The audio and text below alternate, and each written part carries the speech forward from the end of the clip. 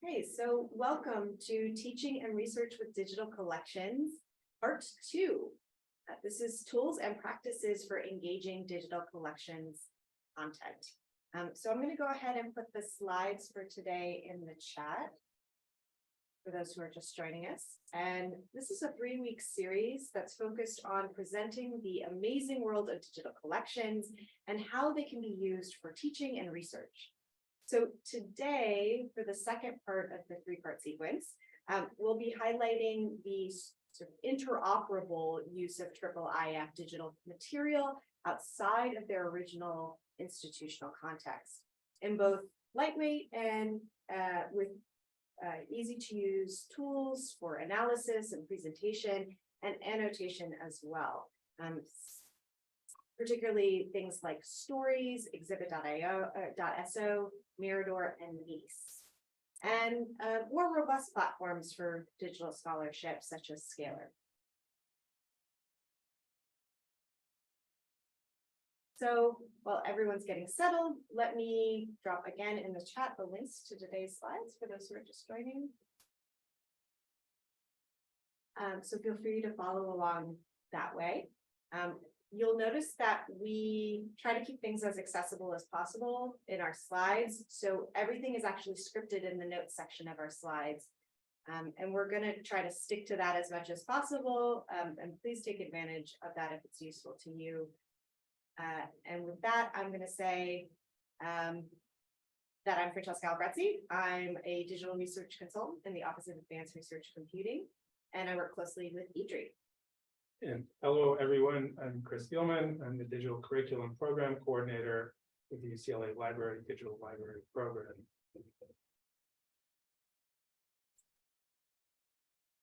For anyone who's unable to join the previous session about materials and collections, we would like to provide links here to that slide deck, as well as a Zoom recording of the workshop, which you can view at your own convenience. Today's session will move forward to discuss and demonstrate some IIIF related tools and practices, but we will recap a few matters of relevance first. This workshop series is intended in part to promote the active use of UCLA digital collections, interoperably combined with other IIIF collections around the world. It also showcases the resources of research and instruction support units, such as OARC, here that operate at the cutting edge of new technologies and practices. Many of the things we will show today can also be discovered in a user's guide page linked from the main library digital collections site, which you can see as a little link at the top right of the library digital collections page, and then it's and then the slide you can see here is a long scrolling dynamic user guide with a lot of materials.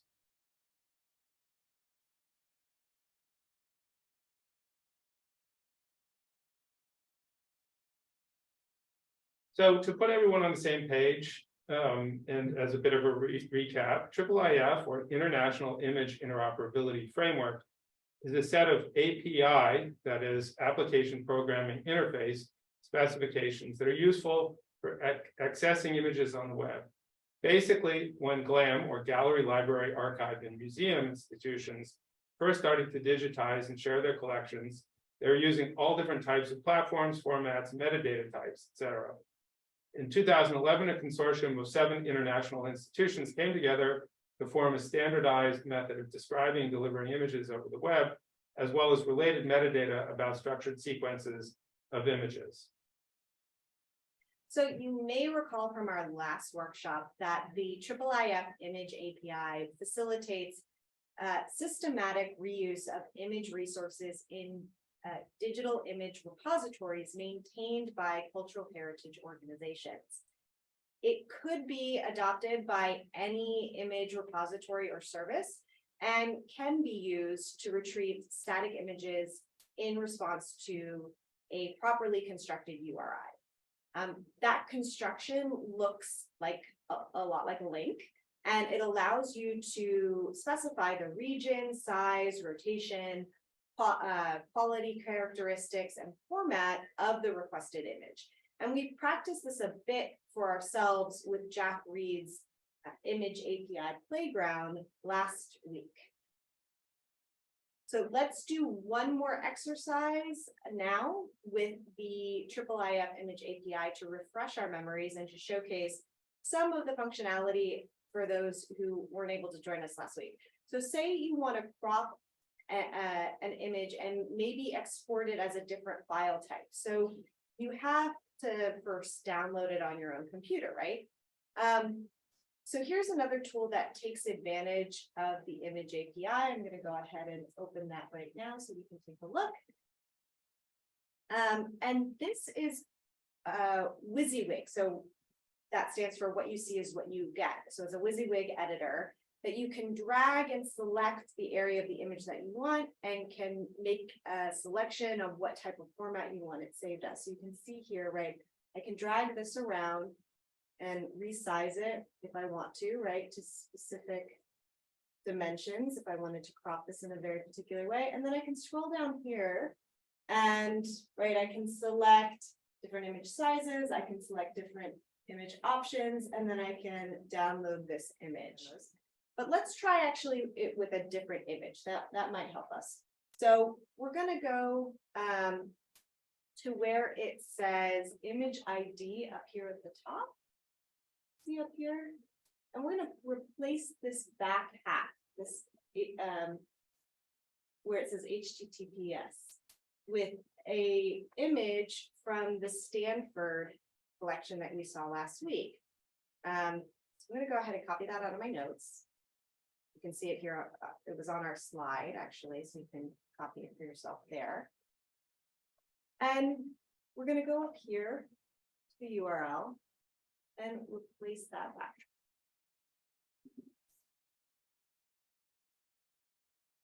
Right? And then I'm going to click enter, and you're going to see there's that image of Martin Luther King that we were working with last week.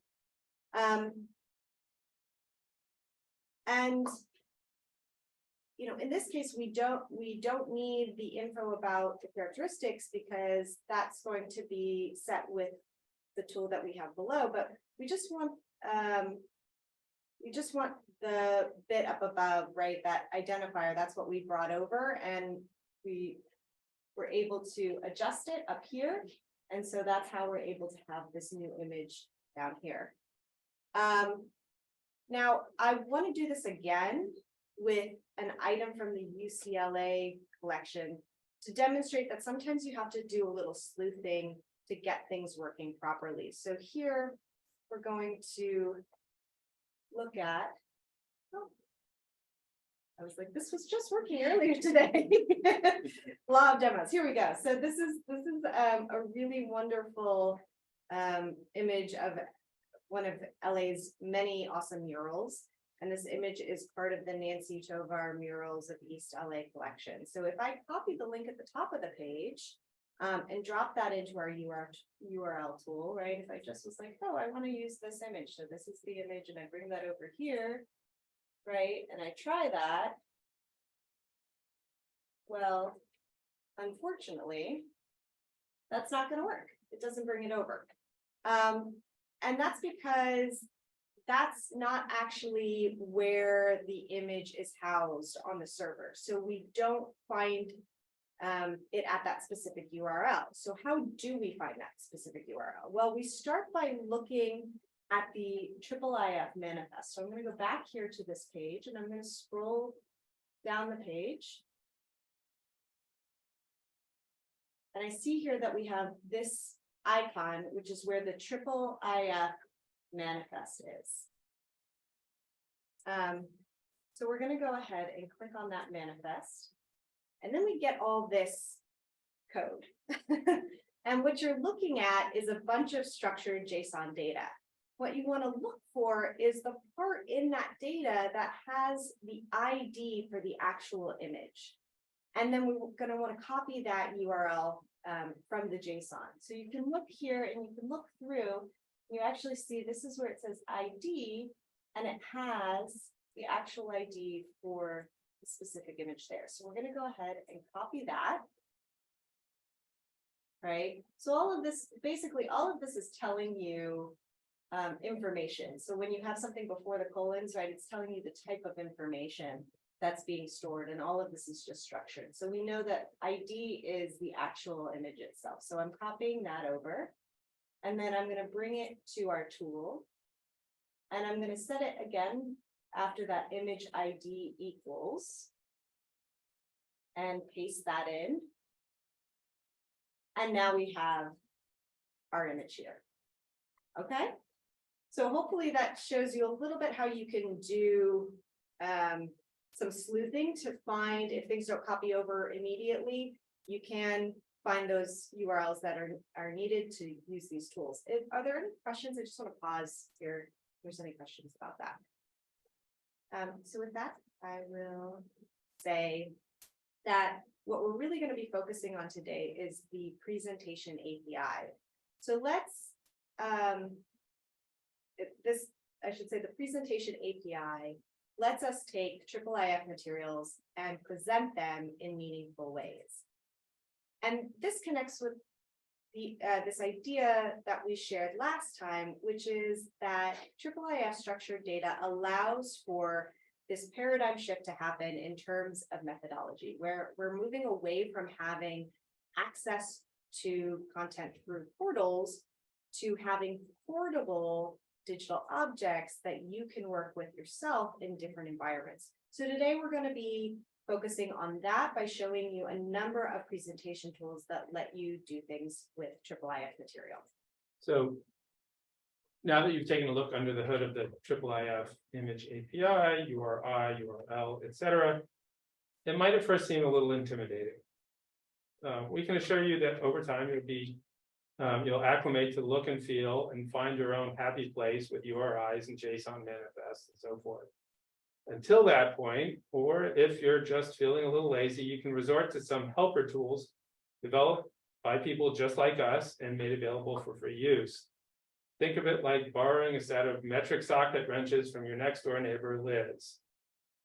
So on the left is the interface for Liz Fisher's IIIF Manifest Explorer, along with a link to support this tool.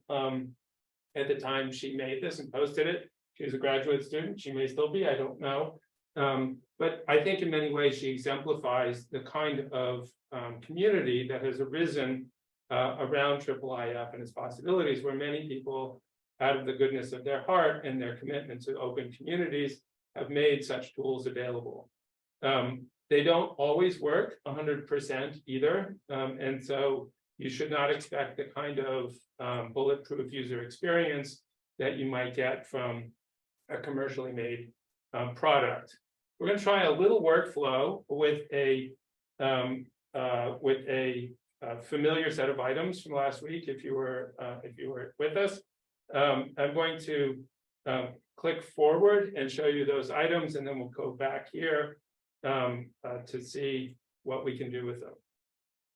So on the left is the sacred Gladzor Gospels in the library special collections and digital collections on the right, the ephemeral patent medicine trade cards, also in library special collections in the biomedical collections. Each item has two links below, one to the item page in digital collections where you can find the IIIF logo. The other below it is a direct link to the item's IIIF manifest. If you're following along, however you'd like to get it, what we want to do is copy the item's IIIF manifest URL. So I'm going to, so if we look at the item itself and scroll down, you would click here.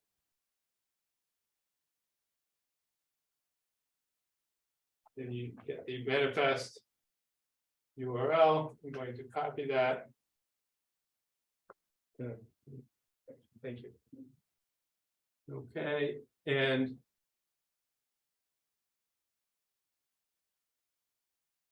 now we're going to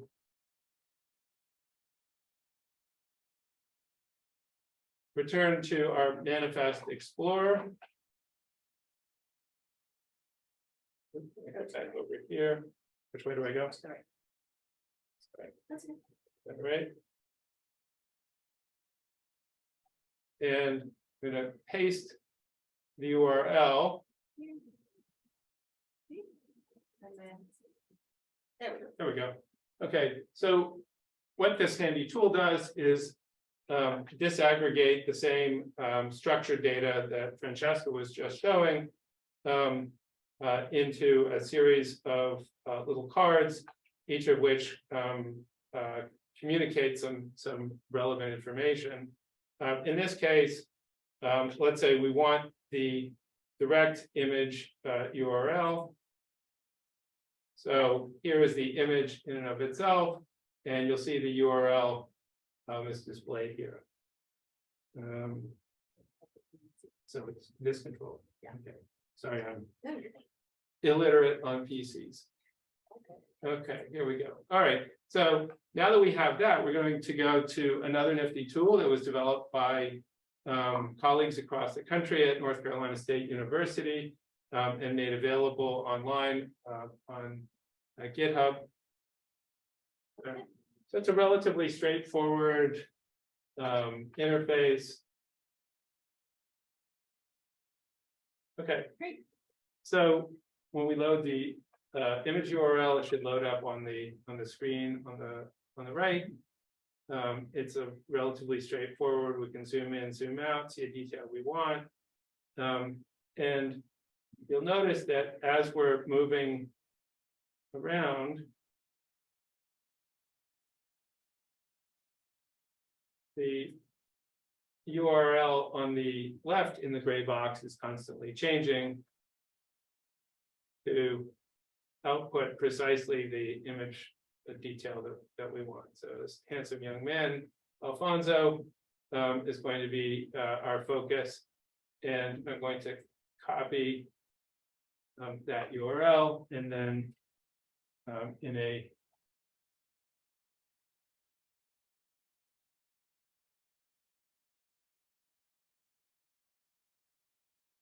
tab, you should be able to pull it up just in and of itself. All right, so that's a nice a couple of shortcuts to get precisely what Francesca was demonstrating. And now for a few presentation tools.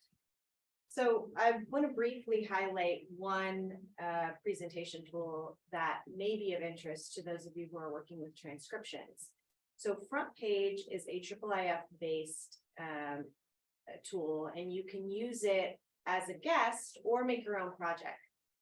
Benjamin Alberton from Stanford created a set of instructions actually for getting started in one of his other tutorials, which I've linked here in my notes for the slides. So check that out there. But I'll quickly demo how the site works by going to, by opening from the page.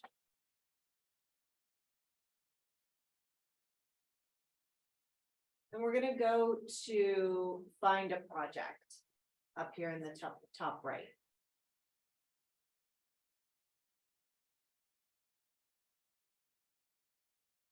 And so you can choose from any number of these various transcription projects. And you can also, once you're there, right, so if we click into any of these, you can see how far along the particular transcription is within its process. So this one is 129 pages, 3% are indexed, 44% are transcribed, 37% need review.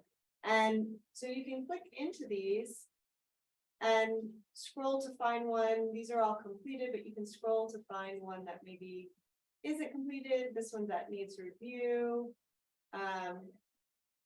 See if we'll go a little bit later. So here are some that are incomplete or not started.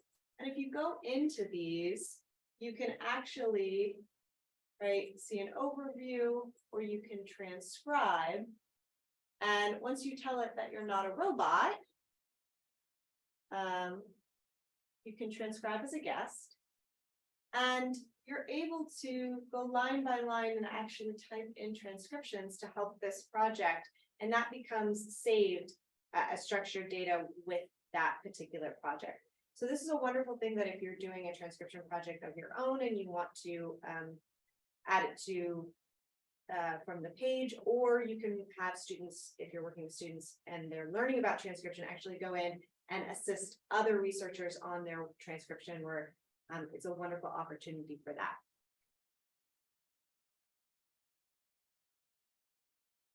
And all of these resources are IIIF enabled, and that's what allows you to do this sort of side-by-side transcription work. And now let's look at some tools for interactive presentation. And I'll turn this back over to Chris.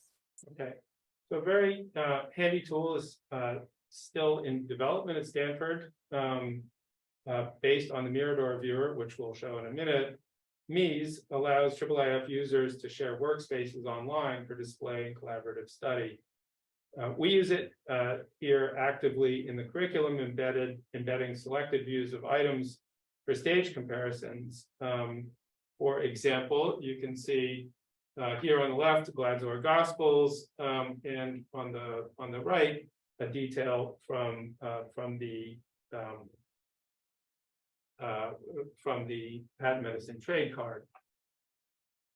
So if you click into the link in the sampled shared workspace, you can see that the starting view is not static, but can be manipulated for further exploration, and multiple collaborators can work on the same page. So here it is. This for anybody who uses Mirador, this should be very familiar. You can move things around. You can zoom in and out. You can see other parts of the view. It is designed also to annotate as well. And for our purposes, one of the most useful sort of applications of this is to stage two items for comparative viewing and then embed it in a page, such as in our case, in a page of student learning activity in Brew and Learn. Okay, so if you want to take a minute to click in and view it, please take a minute while we queue up our next items. Okay, any questions or comments? Right. So now we're going to turn to two nifty little IIIF presentation tools, Exhibit.so and Stories with 3 eyes. They're similar in principle, vary a little bit in feel, and between them offer sufficient differences to provide meaningful options depending on your use needs and context. So I'll show you here a sample student work product and exhibit, which is a tool developed by Nemazine for the pandemic paralyzed University of St. Andrews. And then it's editing interface. Exhibit is IIIF only, but it has a robust annotations text editor and allows for multiple items.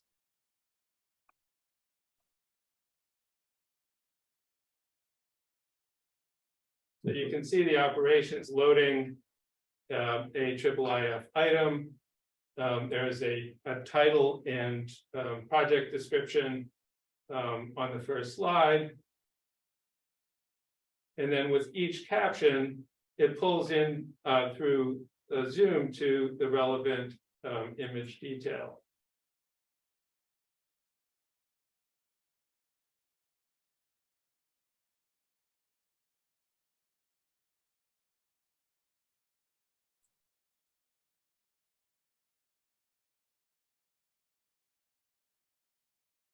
So in this sense, Exhibit can be used either as a kind of a lightweight method for engaging students or other audiences with IIIF content, or as a very robust tool for serious and sustained scholarly engagement depending on how you author and create your annotations. So now I just want to show you quickly the editing interface.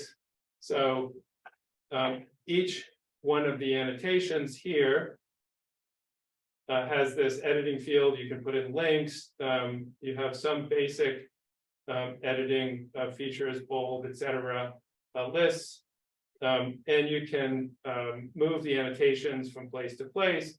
And as you do so, they correspond with different views in the viewer. So you can change that just as much as you can change what the annotations say or do. Then you can preview just to see how your work is going, and there are options for sharing the editable version of the project, or the public-facing final version, as well as an option to embed it directly in a website. Okay.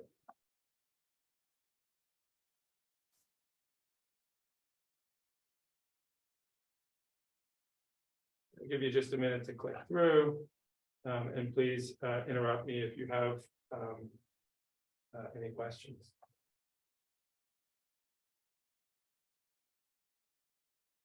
Okay.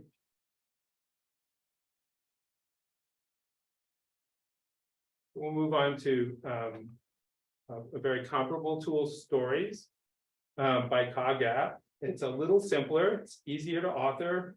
In my opinion, it's a little bit more elegantly fluid in its performance.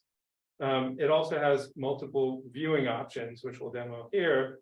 It can use either IIIF linked imagery or uploaded JPEG files. They need to be big in order to work properly. The relative downside to Stories is that captioning doesn't have the same robust text editor, and it only accommodates a single image. All right, so just to give you a little taste of what Stories can do, we'll flip into one. I think this is quite nice. The Ambassadors by Holbein.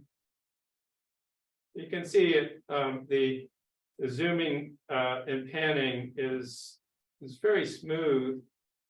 Students love this. It gives a kind of a high quality effect of their presentations, and it takes wonderful advantage of the very high resolution image delivery through IIIF. Okay, so you see things here that you might not see otherwise. So there are multiple outputs. You can click on any of these if you go to the Stories site. I'm going to click on a couple more. This is my least favorite, but it's for accessibility. It should play. We don't have the sound. Oh, we don't have sound on. Sorry. Bear with just. I think in order to understand what it is doing, you would need to click in and experience it yourself. But there is an automatic text reader that will read the annotations. Okay, and then lastly, I'm going to show one more example, which is what they call the basic example, and that is a scrolling interchange of the text and then the details that are highlighted in your production. So they may not be as impactful as the full screen zoom in, but they might be more accurate for, let's say, a scientific presentation where you want to display just what you have and no more. And then lastly, want to show an example from Scalar. So Scalar is a robust scholarly multimedia authoring platform. We use it actively in our curricular programs that engage IIIF content and are happy to support it, by the way. Here's an example of a student multimedia essay. It uses imported IIIF content from our digital collections in 3 different ways to demonstrate student learning through comparative image and detail analysis and interpretive annotation, all embedded directly as visual evidence into a page of essay text. If you click into the page link, you can see the interactive pop-up annotations. So we're going to do that. So just to give you a sense, here is the full page with numerous examples drawn from our collection of patent medicine trade cards. Of course, is taught by Chenling Zilioni, who's in our audience here with us today and can answer any questions about the curriculum. But as you can see, if you hover over any of the spatial annotations of the image, you can see the annotation text and interactively can click into that annotation to go directly to the comment. What I want to call your attention to here is this is a complete image imported as a IIIF. So as we go look here in the image details, the source URL is the IIIF URL, and then the annotations are made directly on that image as it has been imported into Scalar. The student also imported a detail of the image, again using the technique or techniques that we demonstrated a few minutes ago of extracting the detail and then importing them directly. So in this case, on the page, you can get a zoomed in view of something that might not be so legible on the original image. And then lastly, I wanted to call your attention to the universal viewer that is built directly into Scalar. So if you import a IIIF item URL, that is the full manifest, you can view the item as you would on any other site that has the embedded universal viewer. So this will allow you to click into all of its respective pages, etc. One note is that taking this path of importing using the IIIF checkbox for the full item disables annotation on the item. So the student, for example, took a detail, imported it, and then used the regular Scalar built-in features for annotation.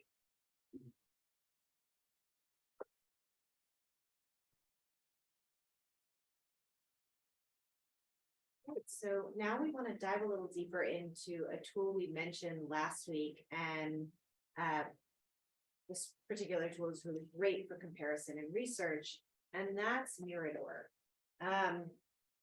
So Mirador is one of several IIIF image viewers. For example, there's also the universal viewer that Chris was just mentioning, which can handle 3D content, but we won't get into that much today. Mirador, though, allows you to view, compare, manipulate all kinds of images that are IIIF enabled. And it also can allow you to annotate and display those annotations and complete transcriptions if the installation is set up to do so. So I'd love for everybody to join me at projectmirador.org and click to try a demo. So we're going to try to do this all together. You should see this page here, and you're able to go to try a live demo.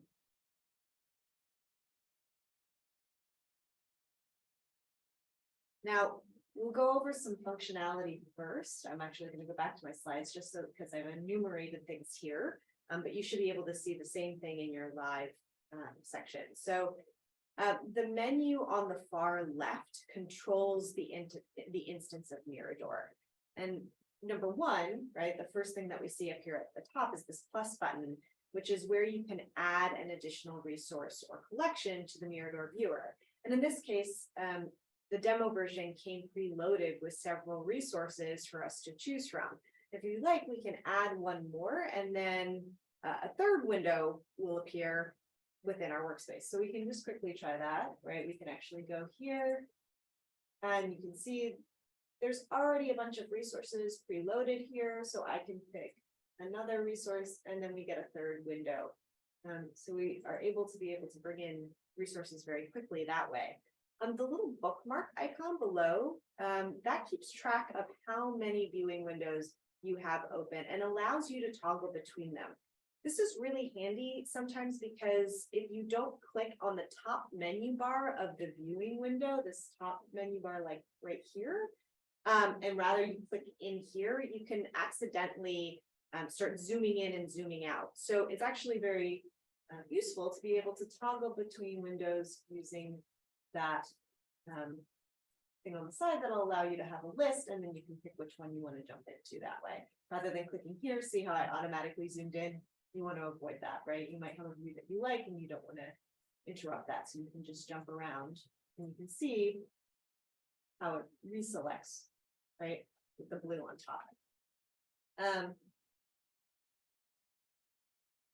So then number 3 is the gear icon, and that lets you access your workspace settings. So this includes showing and hiding your zoom controls and selecting your workspace type. So the default type is mosaic, and that lets you move and size windows in relationship to one another. We can quickly demo that, right? So here in the gear icon, right, you can show your zoom controls or you can hide them. So in case you just want them to go away for a presentation, right, or you can bring them back, right? So they appear sort of at the bottom of your screen, right, that your screen is selected. The other thing that you can do, right, is you can select your workspace type and you can choose between elastic and mosaic. So elastic, unlike mosaic, where we saw earlier, right, Chris was dragging things around and they were snapping into place. Elastic allows you to move and size windows freely and is a sort of unlimited workspace, right? In this option, windows can overlap or layer on top of one another. But just please note, if you switch, it'll start a new workspace for you. So keep that in mind. So if I were to start a new workspace right now, right, it sort of resets the workspace and I have to bring those things then back in for it to be shown. Okay. There we go. So here they are. And then I can drag them around, but you can see it now. I can layer them. I can make one bigger or smaller. So you have some more options here. This is more of a bit of a light table, flexible light table. And then number 4 is that workspace options, right? These triple dots down here, these are your workspace options. And it's probably the most important functionality within the menu. It allows you to import and export the JSON of your workspace so it can be saved and then transferred or reinitialized at a later date. So there's not really a save option here. This is your save option. It's to save the data as you've structured it. So if we were to switch back, I'm going to just go ahead and actually we can just take a look here, right? And you can export your workspace. And I'm going to drop this down. You can see this is what I have here in my workspace as structured code, JSON code. So I can copy that. And if I were to close this down or go back, right, to Project Mirador, start a new one, and I want to reinitialize, essentially, I can import my workspace and paste that back in and say import, and then I get my workspace back just as I had it. So that's a really lovely function, and that's essentially your save function, so that you can transfer no matter where, as long as you have an instance of Mirador and you have your code, you can bring it up. And then finally, number 5, right? This is the square icon, and that's just for going in and out of full screen mode. So if you're presenting like this, right, and you want to just make sure that that top bar goes away, and all you're seeing is your light table space, that's how you would do that. So then we're going to break down the top menu bar here. So let's focus on the window functionality that runs horizontally across the top. Once you've loaded in a resource, right, the first thing that you'll see is the hamburger menu on the left side, and that will open up a sidebar that will provide you with the essential metadata about the object and or collection, like the record information, which includes the IIIF manifest link.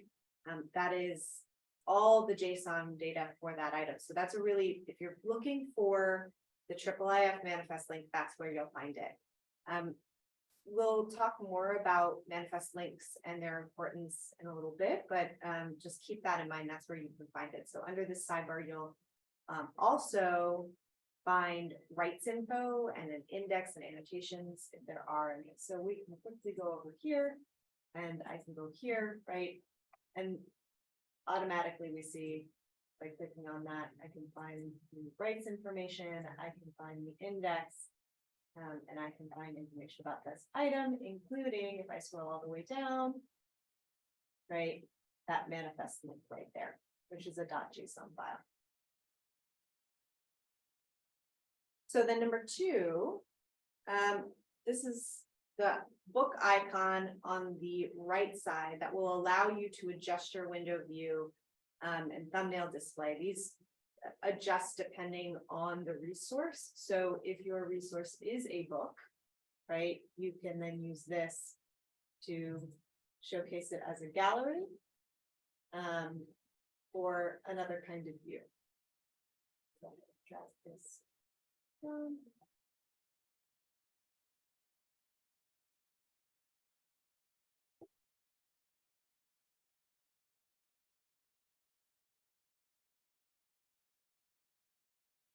There we go.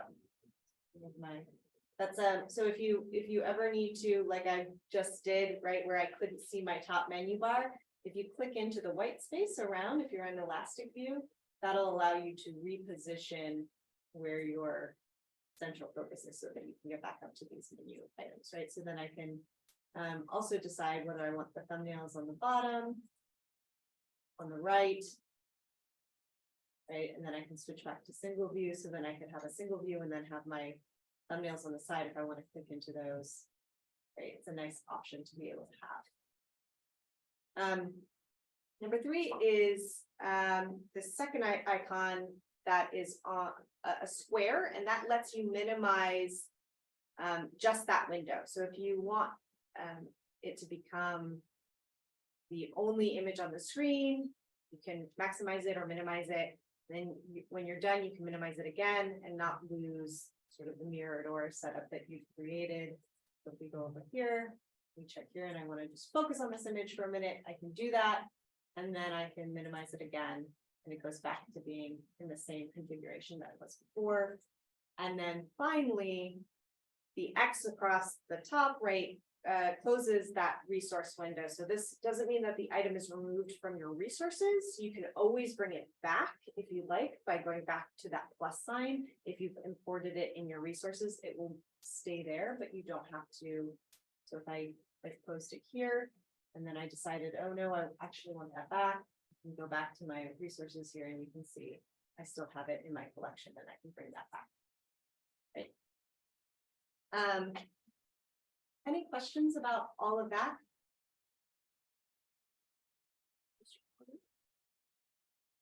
Okay. So the IIIF manifest links are important, like I said before, and here's why. That link is what allows you to pull IIIF resources into our workspace from various institutions who are standardizing their digitized collections so that they are IIIF compliant. The other option is to look at the collections record or item within various institutional repositories and drag and drop the IIIF logo into the workspace. So you have two different sort of options to be able to bring content in. We're going to try this now in a little exercise. I will drop if you look in the notes, there's actually a link to this Word document that will allow us to do this exercise together. I'm going to go ahead and look into it myself. So this document has copies of Galileo's Sidereus Nuncius, I believe I'm pronouncing that correctly, which is a short astronomical treatise that was the first published scientific work based on the observations made through a telescope. And so we're going to follow this sort of step by step to make some comparisons across these different versions. So first, right, you're going to want to find the desired content at any of these multiple repositories below. You can click in. These all have repositories of this same item. And then you're going to find a IIIF icon on one of these library pages for the desired content or a manifest link. And I just want to point out some things here, right? Some repositories will have a IIIF icon where you can drag and drop that into Mirador or copy the URL in the manifest. Others will be a little more difficult. So here are some tips and tricks. For materials at the Internet Archive, for example, the IIIF manifest is constructed by this very specific thing here. So you're going to find the item ID, and then you're going to bring that into this construction, right? Essentially assert it into this URL construction. So if this is the image archive original page, you can see that resource here, right? We can see it up here. So what we want to be able to do, right, is then reconstruct it into this particular URL where we're copying this section, essentially, right, into this construction here. And if we do that, we can go into our project Mirador, we can add it, and it will add it to our workspace. So now we can bring that in. Oh, sometimes this happens.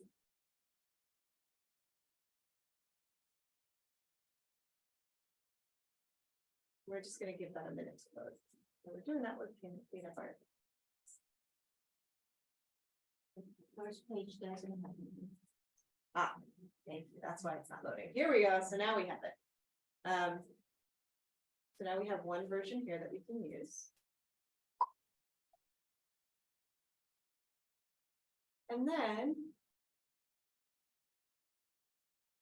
right, IIIF access for materials in Content DM, which is an alternative type of viewer that can be found, for instance,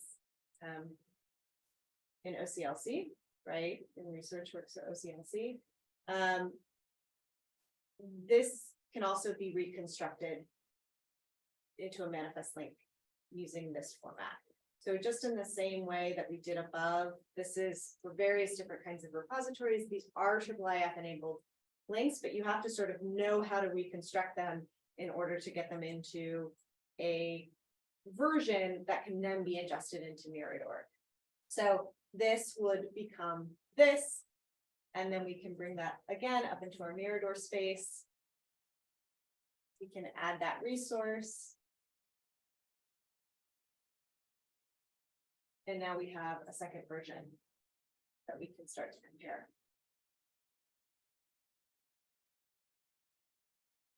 There we go. So now we have similar pages.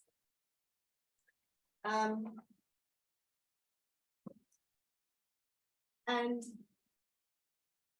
just finally, right, step 3 is to bring these items all together for comparison, and you can do this as many times as you'd like. I do want to point out one thing, for example, within the Stanford Libraries collection. So you're supposed to be able to just use this icon and drag that over into Mirador. So I'm going to pop this window out for a second. I'm hoping that you all can still see that up in Zoom land. But please let us know if that's not working. It might not be, but what I am going to show you is I'm going to try to just drag from that icon over here. And you can see it actually brings over the IIIF logo. So something's not right there. Now, if that happens, don't panic. Whatever you do, don't panic. Instead, what I would suggest is, I'm gonna go back into here. If you recall, this is actually a version of very similar to Mirador, and we can look at the information and find that, remember, manifest link, right? So the manifest, the IIIF manifest link is down here, so we can copy that over. So in case you ever run into an issue like that, look for the manifest link within the viewer itself. That's one solution that you can try. So if I go here, now I can bring that over, add it here. And we can have our third for comparison. All right. Any questions about all of that? I think we have about 30 minutes left. I understand some people may have to go at this time. I'm going to continue to talk for a little bit about how we can actually do our own embedding of some of these materials, but if some of you all need to drop off, that's okay too. We are recording the lecture, so you can always review it. We will send that out afterwards. But I just want to stop here and make a note. So sometimes you'll find resources still staged in Mirador 2 rather than Mirador 3, because not all institutions have had the chance to switch over yet. So for example, some of the Getty Museum collections are still currently running Mirador 2, but I can bring them over as resources into Mirador 3. That's still possible. So to do that, we just need to make sure that we're copying over the correct part of the resource link. So for example, could you explain what's the difference first? Sure. So let's actually go into, I'll launch this example. So Mirador 2 is just a previous version of Mirador, and it looks slightly different. It doesn't have all the same functionalities. Sometimes this page takes a minute to load. So while it's doing that, I'm actually going to go ahead and click on the second link. So you can see here, this is a previous version of Mirador. It has this black background usually. It's a little clunkier, I think, to zoom in and zoom out of. It has a lot of the same functionalities. You can still find, right, some of the tools that are in Mirador 3, but it's just a little less intuitive. But it does allow you to view collections materials. I'm hoping this will load in a second. There we go. So this is an example of Mirador 2 being used within the Getty's collection. If we click on that, right, we end up at this particular viewer page. And I want to make use of this Toulouse-Lautrec image within Mirador 3. Well, what I can do is click on the essentially the IIIF icon, yeah, the information. On the very right. The upper right hand corner. Right. One more. Here we go. And then I can find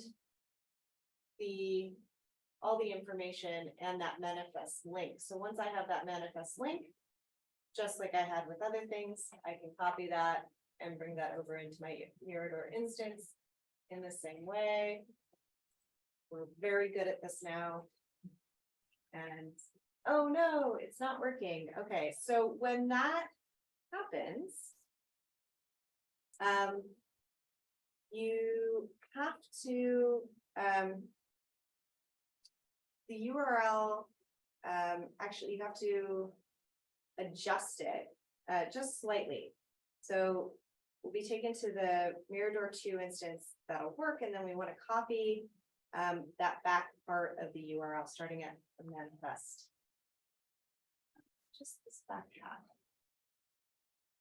So see right here, that's what we actually want. So sometimes you may run into some issues, but that's the link that you're looking for. We'll bring that over.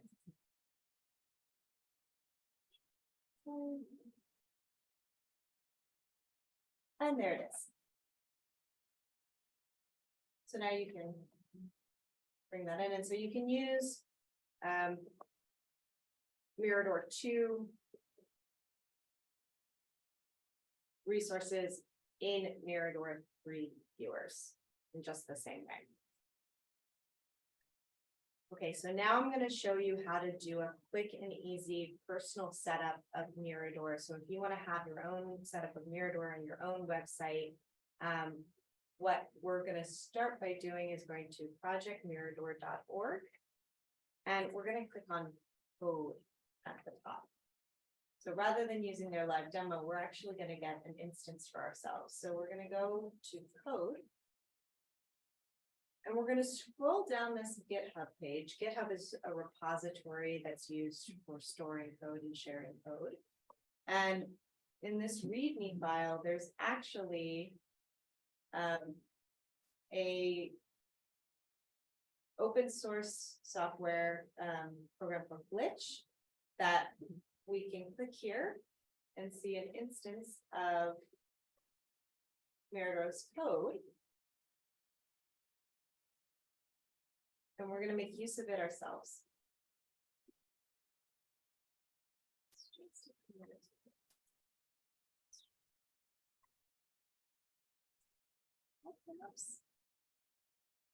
What you'll see when it loads is this platform called Glitch. And Glitch is a really great free platform for learning and testing and sharing code. So I'm going to show you two different ways that we can embed Mirador into a Google site. If you haven't used Google Sites before, that's okay. It's a website building platform that's built into the G Suite. So if you've used Google Docs or Google Slides, it's very similar. And so it's a G Suite tool, and we'll talk you through that more in a minute. But using this fish logo on the upper right-hand corner of your Glitch page, we can view different options. So we're going to start by viewing source. This may be the law of demos. It was working earlier today. I do have everything canned in my presentations because I don't trust live demos for this very reason. So we'll go through exactly how you'll do it. Hopefully it'll load at some point.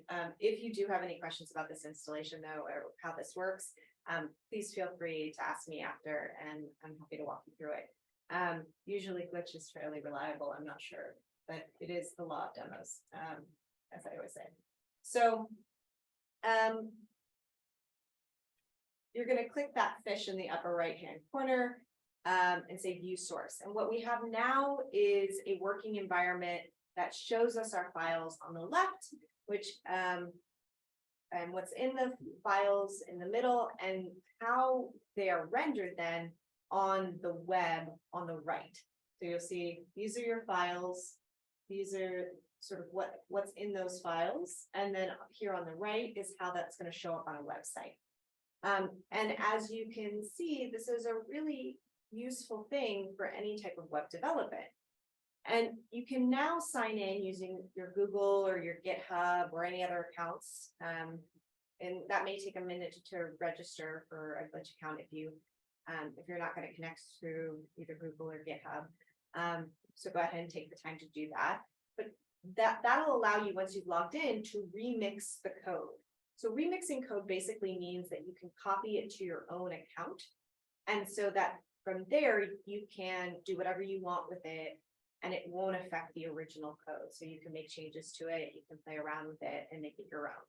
And if you don't want a plain Mirador environment, start by navigating to, or if you just want the plain Mirador environment, I should say, just start by navigating to the index.html file and copying that entire text, right? So this is where all the code is going to be that you're going to be using for this. So in our case, we're going to remix a bit. So you're going to sign into your account and select remix, and then we can edit the code.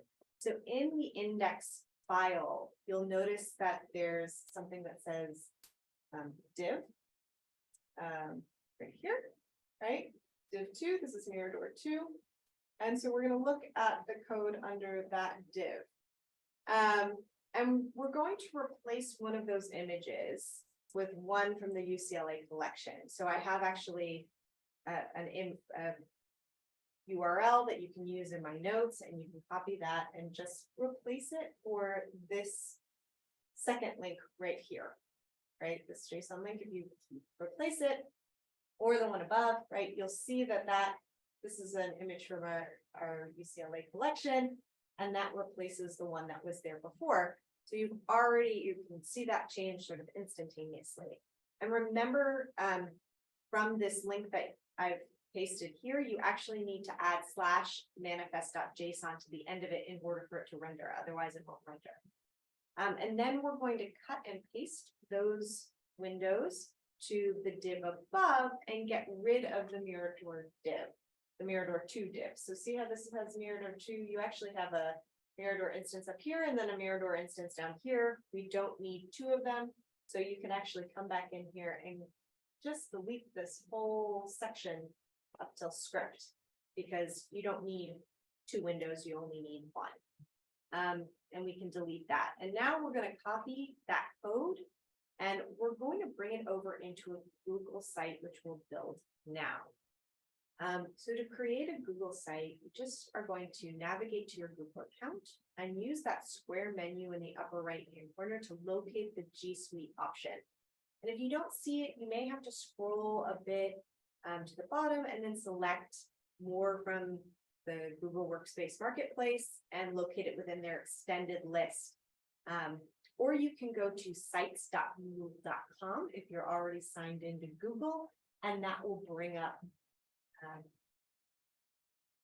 sort of the main Google Sites page for you as you're logged in. So you can see now I'm at my Google Sites page and I have this Mirador 2 page. So this is working, yay, I can show you here. And so once you're in the Google Sites workspace, you're going to add a new website. I've already created one, so that's what I've opened up, but you can use, go back here really quickly. You can actually just use this blank new website if you want to do it that way. So once you're here, right, you're going to add, you can choose a blank working space, but there are templates as well. If you want to actually design, some design assistance for spinning up a website. But here's what I want to say about Google Sites. It's very, very WYSIWYG. It's very intuitive. The menu on the right lets you add different elements. And for us, we want to use the embed feature to bring in Mirador code from Glitch. So we can click what I've already done here. You can actually see that I've embedded it already. And the way that I've done that is I've gone up here to embed, so that you can click on embed, and then you're just going to say you can embed from URL or you can embed from code. And so you would just paste that code that we created in Glitch right here, and then press save or next, right where next is, and you'll see a Mirador window that's pre-populated in your new site, which should look like this. So if I edit this, you can actually see this is all that. This is what you'll be bringing in from glitch. So it's already formatted, and all you had to do is save, and then you can expand it out to take the full length of the page, and now you have a Mirador instance that's pre-populated that you can share on a website. Now we're going to embed the whole Mirador glitch environment into our website. This is sort of an option 2, just to demonstrate something else that you can try. Again, I'll just showcase it here, right? You would start by creating a new page in our website, and you just switch to pages on the right-hand menu and use the plus button to add a page. If you wanted to put this as a new page in your Google site, name it what you like, and you'll see that it appears at the top of your menu here on the right side. And now that you have a new page, you can again go to insert in the right menu and select embed, and then paste that code just like you did before. And you should have a glitch page now that's embedded on your Google site. And then you'll use the publish button up in the upper right hand corner of your Google site to generate a link that you can share with others. So when you're ready, up here, you can actually go and publish this Google site, right? So if you will be able to do that, right, you'll be able to do here, publish it there, and then copy that link so that you can share it with others.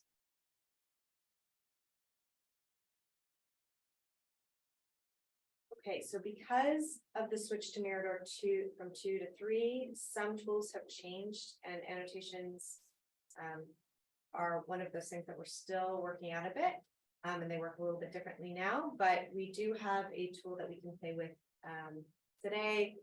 It's an example that'll let us test out how annotations work when they are enabled within Mirador, just to give you a sense of what that looks like. In order for this to happen, you have to have, or for annotations to be saved, right? It has to be hooked up to a server. So that's why it's a little trickier. But if you look in our notes, right, this is Mirador-annotations.netlibby, I think is how it's pronounced, .app. And this will showcase what you can do with annotations, or how an annotations feature would work. And now you'll notice that under the image window, right, we now have this button for creating annotations. And if we hit that plus sign, we'll get a workspace over here that'll allow us to start creating our own annotations. We can use the arrow and shape to draw our annotations area. And switching from the arrow to the box lets us, or lets you move an annotation around. So if we can first right click the arrow, click what kind of annotation, whether we want a square or a round annotation. So maybe we want a round one to look at the ear, right? And then if we want to be able to move that annotation, we decide actually we want to focus on the eye, you have to click here to be able to do that if you want to make a difference, right? So or shift things around. And we can also adjust the line size, the color of the annotation, all of those things. You sort of have to do that actually here as you create it.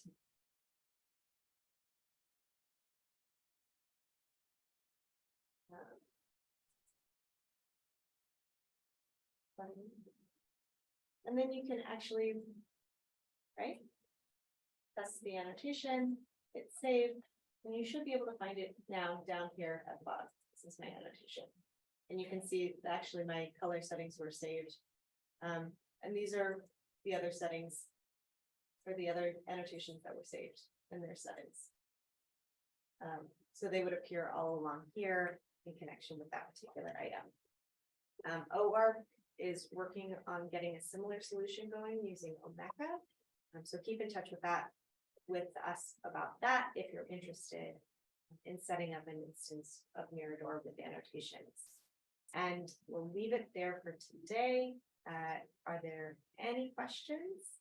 Great. So next week we'll be focused on how you can use IIIF in the classroom, specifically how to design lessons and learning activities with all these incredible resources. I'm going to share that in the chat if you haven't had a chance to sign up yet. And thank you all so much.